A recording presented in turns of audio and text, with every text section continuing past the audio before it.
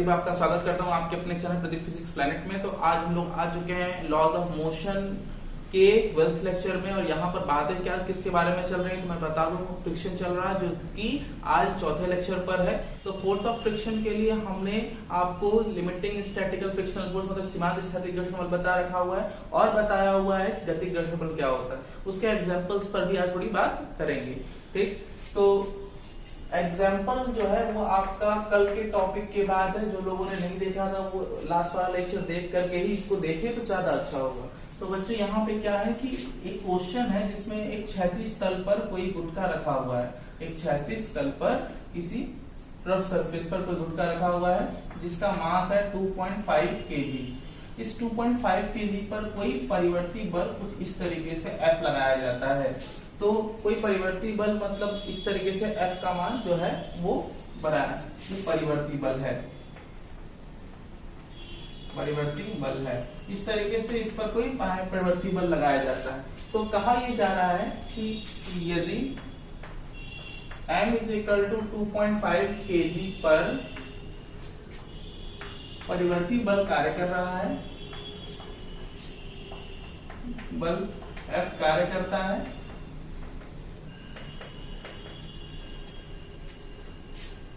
तब 10 न्यूटन बल पर यह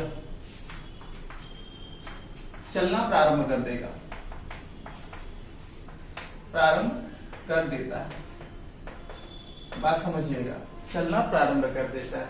वहीं अगर मैं बात करूं, यदि चलने के बाद 9 न्यूटन के, ठीक है, 9 न्यूटन के बल से यह एक समान वेग से चलता है, वेग से चलता है, तो बताना ये है कि अगर हम इस पर 10 न्यूटन का बल लगा रहे थे तो ये चलना प्रारंभ किया था, तो इस पे आपको सीमांत स्थैतिक घर्षण बल बताना है। सीमांत स्थैतिक घर्षण गुणांक, सीमांत स्थैतिक घर्षण गुणांक तथा गतिज घर्षण गुणांक निकालना है।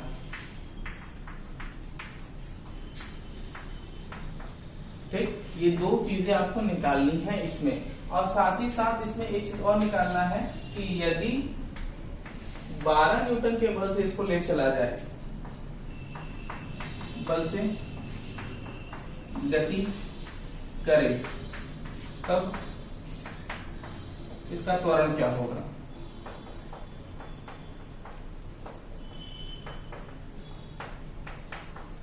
बात क्वेश्चन समझ में आ गई, बात क्या कह रहा है, क्वेश्चन क्या समझाना चाहता है। जहां पर आपको g की वैल्यू जब लेनी होगी तो आप 10 मीटर पर सेकंड स्क्वायर लीजिएगा। आइए शुरू करते हैं। तो जब हम इस ब्लॉक के बारे में बात करते हैं तो नीचे की ओर इसका भार और ऊपर की ओर इसका प्रतिक्रिया, अभिलंब प्रतिक्रिया n कार्य करता है, कुछ इस तरीके से। अब हम बात करना स्टार्ट करते हैं कि जब ये चलना प्रारंभ करता है, मतलब ये सीमांत स्थैतिक घर्षण की अवस्था में होता है। सीमांत स्थैतिक घर्षण की अवस्था में लिमिटिंग स्टैटिकल फ्रिक्शन फोर्स की कंडीशन में होगा, तो ये Fs = μsn देता है। μsn, Fs वो बल है जब वो सीमांत स्थैतिक घर्षण बल की अवस्था में पहुंचता है, और इस समय जो चलने वाला है, तो आपने अगर बाह्य बल 10 लगाया तो इस समय ये भी 10 लगाया होगा, 10 न्यूटन का, मतलब ये जो आपका स्टैटिक फ्रिक्शनल फोर्स है वो 10 हो जाएगा, क्योंकि 10 पर चलना प्रारंभ किया था। और ये आपका है क्या, μmg, याद रखिएगा mg, क्योंकि ये इसको बैलेंस करता है, mg होता है, इसको बैलेंस करता है क्षैतिज तल पर। तो यहां पर आप इसको 10 = μs, m की जगह पे आप 2.5 और इसकी जगह पे 10 लिख सकते हैं। इसको कैंसिल कर दीजिए, यहां से आप लिख सकते हैं μs = 1/2.5 और डेसिमल उठा के कैंसिल कर लीजिएगा तो आपको ये मिलेगा 0.4। ये हो गया, आपको मिल गया 0.4 स्थैतिक घर्षण गुणांक। अब ये तो हो गया इसकी बात। इसी में एक और बात है, गति घर्षण गुणांक निकालना है, ठीक है, पहला सॉल्व कर रहे हैं हम। तो इसके बाद आप इसको यहां से देख सकते हैं। अगर मुझे गति घर्षण गुणांक भी निकालना है तो कैसे निकालेंगे? सिंस आपको पता है कि 9 न्यूटन से जब चल रहा है तो ये एक समान वेग से चल रहा है, इस समय मतलब ये होता है कि इस समय नेट त्वरण 0 है, और यही जो बाह्य बल है 9 न्यूटन का चलते समय, उस समय घर्षण गुणांक को बैलेंस करेगा, और वो कोई और नहीं गति घर्षण गुणांक होगा, दोनों बराबर है, इक्वल। तो यहां से आप ये लिख सकते हैं कि Fk का फॉर्मूला गतिक घर्षण बल, गतिक घर्षण बल Fk is equal to mu k n लिखा जा सकता है। तो Fk की जगह पे इस बार आप 9 ही लिखिएगा, क्योंकि 9 न्यूटन के बल से ये एक समान वेग से चल रहा है, इस समय कोई एक्स्ट्रा और कोई बल है नहीं, तो 9 और म्यू के आपको निकालना है, और इसकी जगह पे आप लिख सकते हैं m इंटू जी, जैसा कि आप वहां लिखे थे। यहाँ पर आप लिख सकते हैं म्यू के, और यहाँ पे आप लिख सकते हैं 2.5, और जी की वैल्यू जैसा कि दिया है 10। सॉल्व करिएगा, ठीक। तो म्यू के की वैल्यू आपको जो मिलेगी वो मिलेगी आपको यहाँ पर 9/25, डिवाइड कर लीजिएगा इसको, तो ये आप डिवाइड करेंगे तो 0.36 लगभग मिलेगा। इसका मतलब ये है कि गतिक घर्षण गुणांक 0.36 और स्थैतिक घर्षण गुणांक 10 होगा। बात क्लियर है? अब हम बात करेंगे कि इसका सेकंड पार्ट जो कि ये है, 12 न्यूटन का जब बल लगने लगा तब क्या होगा, आइए थोड़ा समझें। 12 न्यूटन का जब बल लगने लगा, तो सेकंड पार्ट में कह रहा है कि ये ब्लॉक है, और इस ब्लॉक पर हमने जब बाह्य बल 12 न्यूटन कर दिया, तो पीछे तो आपको पता ही है 9 न्यूटन का ही लगता रहेगा Fk, क्योंकि गति की अवस्था में गतिक घर्षण बल नियत रहता है, बाह्य बल 12 न्यूटन है, ठीक है। तो ये सिस्टम जो कि आगे बढ़ रहा है, किस त्वरण से बढ़ेगा, ये त्वरण पूछा गया है, ठीक। जब बाह्य बल कितना हो जाए 12 न्यूटन, तो Fk कितना होगा, 9 ही न्यूटन होगा। तो परिणामी बल निकालेंगे आप, तो परिणामी बल वस्तु पर कितना काम करेगा, आपका लिखा जाएगा F, जो कि उधर चल रहा है, इसको Fk इज इक्वल टू, इसको गति मिलेगी, और गति किससे मिल रही है, बल से मिल रही है, और नेट बल होता है m इंटू a, ठीक। तो ये है 12, ये है 9, और is equal to 2.5 into a। इसको सब्सट्रैक्ट कर लेंगे, और यहां से आप a की वैल्यू निकालने की कोशिश करेंगे, तो आ जाएगा 3/2.5, डेसिमल उठा के सॉल्व कर लीजिएगा, तो ये आपको मिल जाएगा ऊपर 6 और नीचे 5, कैंसिल करेंगे 1.2 मीटर पर सेकंड स्क्वायर से ये गति करेगा, आंसर आ गया। तो इस तरीके से ब्लॉक की आप त्वरण को भी निकाल सकते हैं। अब हम बात करेंगे आपके गति के गतिक घर्षण बल के कितने टाइप्स होते हैं, ओके।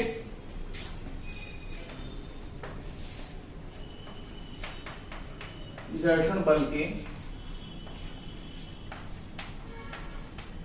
निम्नलिखित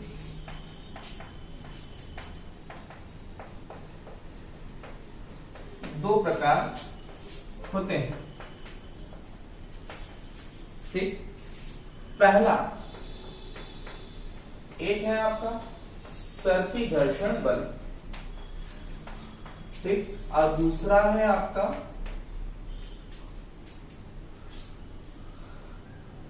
लोटनिक घर्षण बल।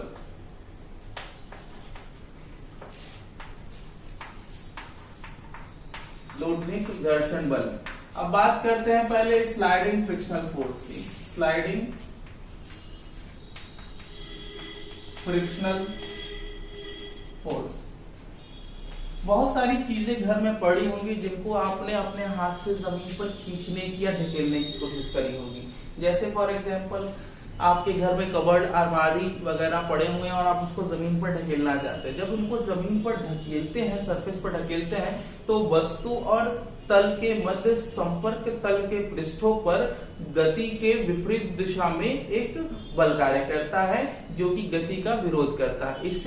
इसे हम वस्तु के घसीटे जाने पर, खींचे जाने पर गति के विरोध के रूप में प्राप्त करते हैं, जिसे सर्पी घर्षण कहते हैं। ओके, तो ये हमारे पास कोई सिस्टम है जिसको हम इस तरीके से ढकेल रहे हैं, इस तरीके से।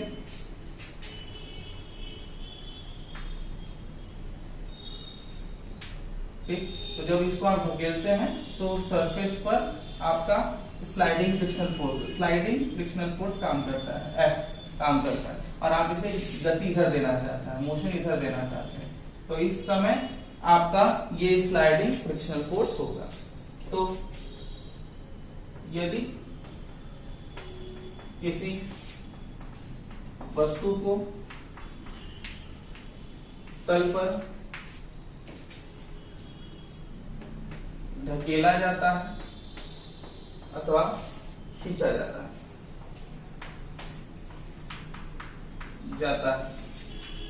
तब वस्तु तथा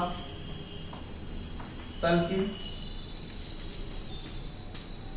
संपर्क पृष्ठ के सापेक्ष गति का विरोध करने के लिए घर्षण बल कार्य करता है, घर्षण बल कार्य करता है। इसे सर्पी घर्षण बल कहते हैं। ये हो गया सर्पी घर्षण बल। अब ये तो सर्पी घर्षण बल तब जाना जब आप धकेलते हो। एक मेरे पास और है जिसका नाम है रोलिंग फ्रिक्शनल फोर्स, इसको हम लोग कहते हैं लोटनी घर्षण बल।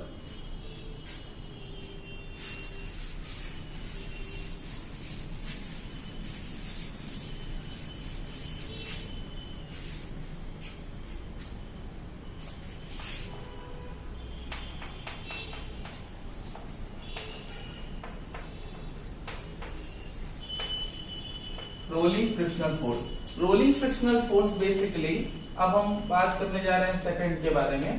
तो यहाँ पर रोलिंग फ्रिक्शनल फोर्स बेसिकली गोलीय पिंडों के लिए या फिर बेलनाकार पिंडों के लिए लागू होता है।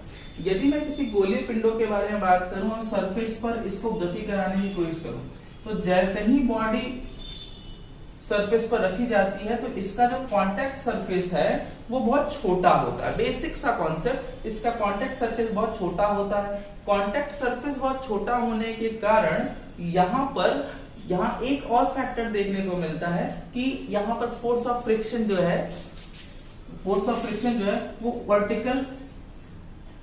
वर्टिकल नीचे की ओर वेट और वर्टिकल ऊपर की ओर नॉर्मल पर डिपेंड करेगा। आपको पता ही है, तो वर्टिकल ऊपर की ओर नॉर्मल जो है, वर्टिकल नीचे की ओर वेट जो है वो सरफेस पर अधिक प्रेशर एक्सर्ट करता है। अधिक प्रेशर एक्सर्ट करता है तो ये सरफेस कुछ इस तरीके से न होकर के आपका सरफेस का टोटल वेट कुछ इसको बिगाड़ देता है, सरफेस थोड़ा सा कर्व कर देता है।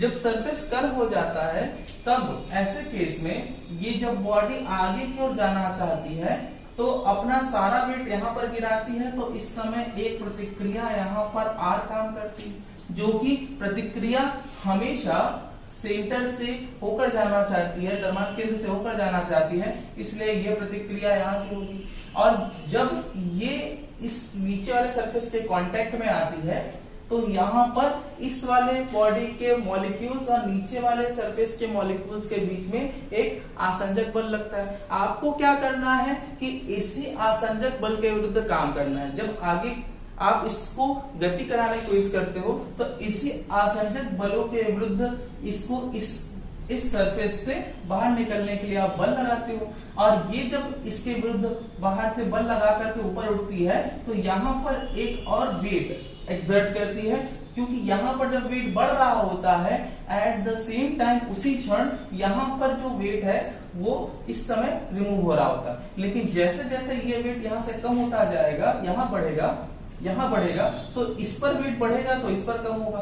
मतलब एट द सेम टाइम आप देख सकते हैं कि जब ये बॉडी रोल करेगी तो इस वाले सेक्शन पर वेट अलग और इस वाले सेक्शन पर वेट अलग, और दोनों पर अलग अलग प्रतिक्रियाएं काम करेंगी, और ये दोनों प्रतिक्रियाएं इस सरफेस पर यहाँ पर लग करके इस सरफेस को पीछे ढकेलने की कोशिश करती हैं और ये सरफेस से ऊपर हटने की कोशिश करती हैं, जिससे आपका जो बॉडी है इस सरफेस पीछे ढकेलने की कोशिश करती है, सरफेस तो जाएगी नहीं, तो इसके फलस्वरूप ये बॉडी आपकी आगे बढ़ेगी। जब ये बॉडी आपकी आगे बढ़ेगी तो उसके परिणाम स्वरूप अगर वस्तु की गति इस दिशा में है तो उसके विपरीत वस्तु के गति के विपरीत दिशा में यहाँ पर एक FR मतलब रोलिंग फ्रिक्शन काम करता है। बात मेरी फिर समझिएगा, ये FR कोई और नहीं, आपके वस्तु और तल के संपर्क पृष्ठों के मध्य लगने वाले आसंजक बल के विरुद्ध किया गया कार्य है, और ये आसंजक बल के विरुद्ध किया गया कार्य ही रोलिंग फ्रिक्शन देता है। रोलिंग फ्रिक्शन में इंपॉर्टेंट ये होता है कि जब बॉडी सरफेस के कांटेक्ट में आएगी तो थोड़ा सरफेस को डिफॉर्म कर देती है, जिसकी वजह से दो अभिलंब प्रतिक्रियाएं काम करती हैं। दोनों अभिलंब प्रतिक्रियाएं एक दूसरे के विपरीत होंगी, जो कि नहीं चाहती।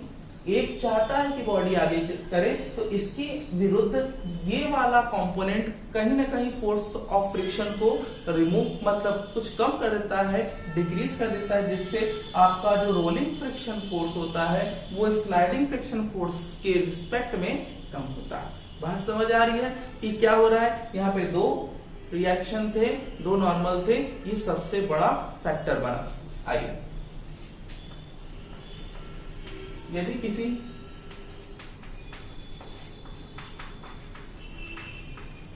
गोलीय पिंड को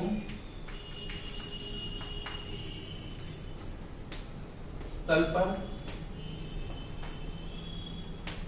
रखा जाता है, तब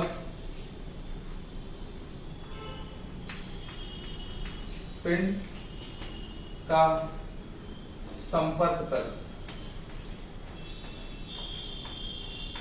सूक्ष्म या छोटा होने के कारण तल पर अधिक दाब कार्य करता है। देखिए, अधिक दाब कार्य करता है, परिणाम स्वरूप संपर्क तल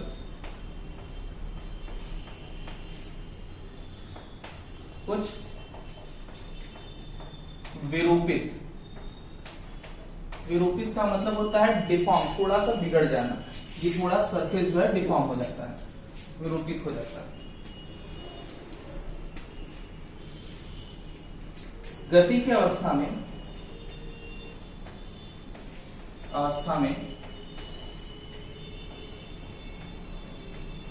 अब भाग की प्रतिक्रिया एवं पश्च भाग की प्रतिक्रिया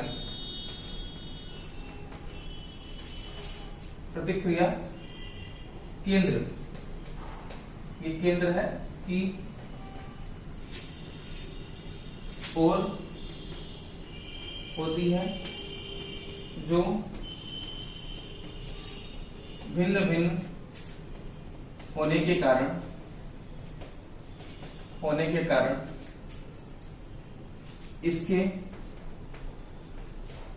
देखिए ये तो खुद नहीं बनेगा आपका घर्षण बल, इसके वजह से घर्षण बल कैलकुलेट होता है, तो इसके क्षैतिज घटक जो कि आपकी गति को प्रभावित कर सकते हैं, तो होने के कारण इसके क्षैतिज घटक, मतलब इसका घटक इधर और इसका घटक इधर, इसका घटक इधर, इसका घटक इधर, ध्यान दीजिए। इसके क्षैतिज घटक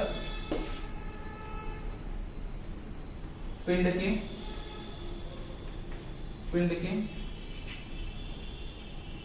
गति के क्षैतिज घटक एक दूसरे के विरुद्ध कार्य करते हैं तथा परिणामी रूप से गति का विरोध करते हैं। इसे लोटनिक घर्षण